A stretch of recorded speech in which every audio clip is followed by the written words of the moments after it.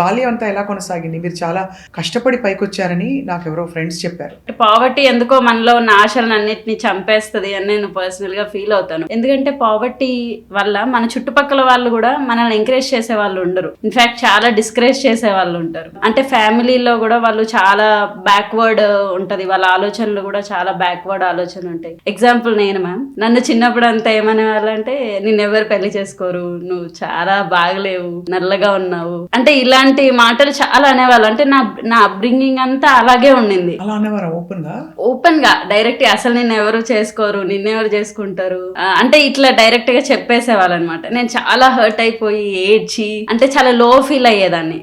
లో ఫీల్ అయినా ఇంకా దేనికి పనికిరాను అంటే ఇట్లాగే ఫీల్ అయ్యేదాన్ని. ఒక మంచం ఉంటే మంచం కిందికి వెళ్ళిపోయి ఏడ్చుకునేదాన్ని. ఎవరైనా చూసి ఏడిస్తే కూడా కొడతారేమో అట్లా ఫీల్ అయ్యేది. అంత వెనుకబాటుతనం అంటే చాలా ఆలోచన పరంగా చాలా వెనుకబాటుతనం కదా. అవును.